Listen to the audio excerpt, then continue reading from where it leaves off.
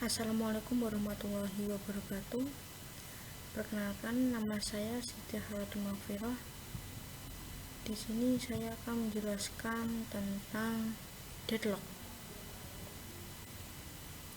Nah, di sini saya akan bahas yang pertama ada pengertian deadlock, penyebabnya, dan juga cara mengatasi, dan yang terakhir jika ingin kita kembali ke deadlock. Pengertian deadlock. Deadlock adalah suatu kondisi di mana proses tidak berjalan lagi ataupun tidak ada komunikasi lagi antar proses.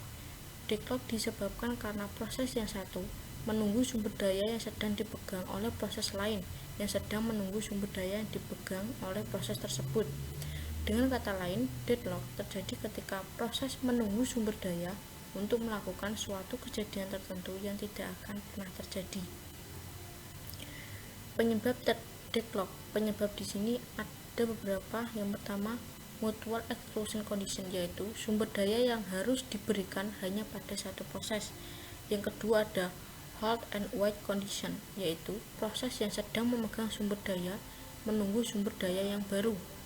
Yang ketiga ada non-preemption condition, yaitu sumber daya yang diberikan sebelumnya tidak dapat diambil paksa dari proses yang sedang menggenggamnya, harus terlebih dahulu dilepaskan oleh proses yang menggenggamnya.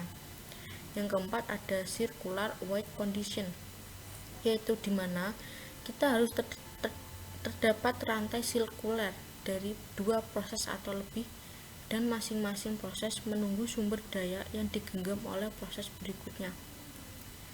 Di sini selanjutnya saya akan menjelaskan tentang cara bagaimana mengatasi deadlock. Ada beberapa caranya. Yang pertama ada deadlock prevention, deadlock avoidance, deadlock detection, dan juga deadlock recovery. Deadlock prevention. Di sini ada beberapa hal yang perlu diperhatikan. Ada meniadakan mutual exclusion, melakukan spooling perangkat-perangkat yang harus didedikasikan ke suatu proses dengan spooling. Permintaan diantrikan di hard disk. Setiap job di antrian spooler akan dilayani satu persatu. Yang kedua, meniadakan halt and wait, yaitu mengalokasikan semua sumber daya atau tidak sama sekali. Yang kedua ada halt and release. Yang ketiga, meniadakan menunggu sirkular. Yang pertama, proses hanya diperbolehkan menggenggam satu sumber daya. Yang kedua, penomoran global semua sumber daya. Yang terakhir adalah meniadakan non-preemption. Yang kedua ada deadlock avoidance. Nah, di sini ada beberapa yang harus diperhatikan. Yang pertama, proses harus menyatakan seluruh sumber daya maksimum yang dibutuhkan sebelum eksekusi. Yang kedua, ketika eksekusi berlangsung, proses meminta sumber daya yang diperlukan hingga batas maksimum dinyatakan di awal. Yang ketiga, proses yang menyatakan kebutuhan melewati kapasitas sistem tidak akan dieksekusi. Deadlock avoidance di sini ada dua, yaitu safe state. State ini dinyatakan safe state jika tidak deadlock dan terdapat cara untuk memenuhi seluruh permintaan tanpa menghasilkan deadlock. Yang kedua ada unsafe state. State ini dinyatakan unsafe state jika tidak terdapat cara untuk memenuhi semua permintaan yang tertunda dengan menjalankan proses-proses sesuai urutan. Yang ketiga ada deadlock detection. Nah, untuk mengetahui ada atau tidaknya deadlock ini dalam suatu graf dapat dilihat dari perputaran dan resource yang dimilikinya, yaitu pertama, jika tidak ada perputaran berarti tidak deadlock. Yang kedua, jika ada perputaran ada potensi terjadi deadlock. Dan yang terakhir, resource dengan instan tunggal dan perputaran mengakibatkan deadlock. Dan yang sebelah kiri ini adalah graf tanpa deadlock, dan yang sebelah kanan adalah graf dengan deadlock. Nah, pada gambar graf dengan deadlock terlihat bahwa perputaran yang memungkinkan terjadinya deadlock dan semua sumber daya memiliki satu instan kecuali sumber daya R2. Graf tersebut memiliki minimal 2 putaran, yaitu R2 ke PO1 ke PO melanjutkan ke RO P1 R1 P2 R2, dan yang kedua R2 ke P1 ke R1 ke P2 dan ke R2. Gambar di atas menunjukkan beberapa hal sebagai berikut. 1. PO meminta sumber daya RO. RO mengalokasikan sumber dayanya pada P1. P1 meminta sumber daya R1. R1 mengalokasikan sumber dayanya pada P2. P2 meminta sumber daya R2. R2 mengalokasikan sumber dayanya pada P0 dan P1.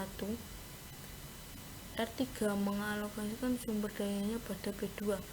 Hal-hal tersebut dapat mengakibatkan deadlock sebab P0 memerlukan sumber daya R0 untuk menyelesaikan prosesnya, sedangkan R0 dialokasikan untuk P1.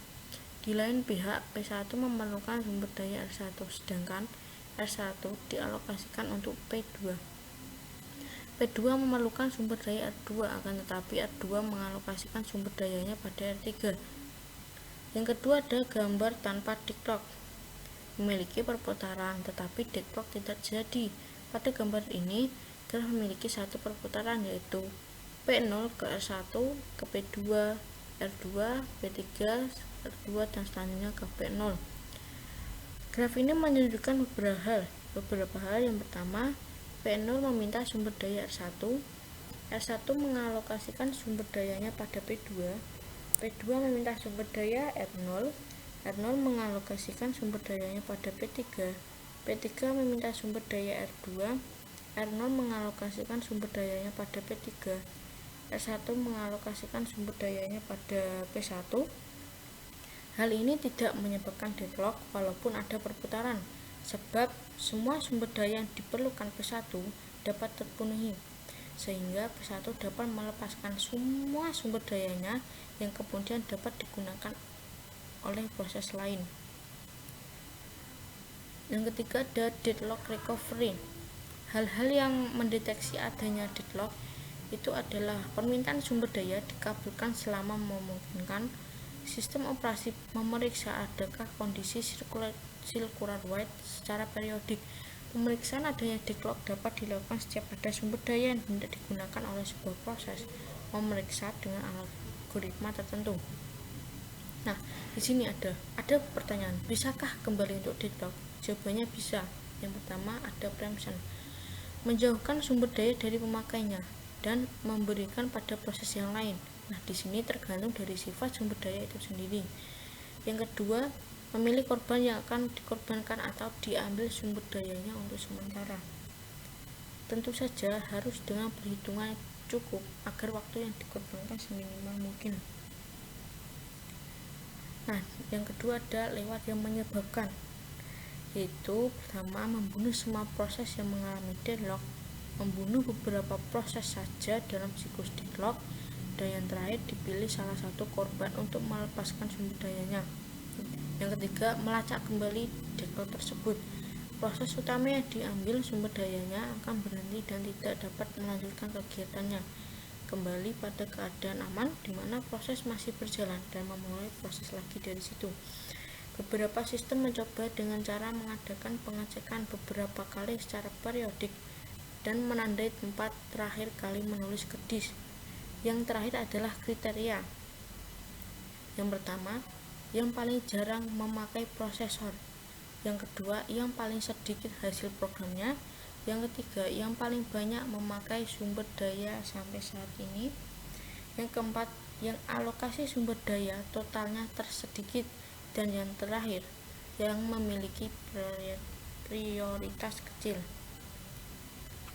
Sekian penjelasan deadlock dari saya.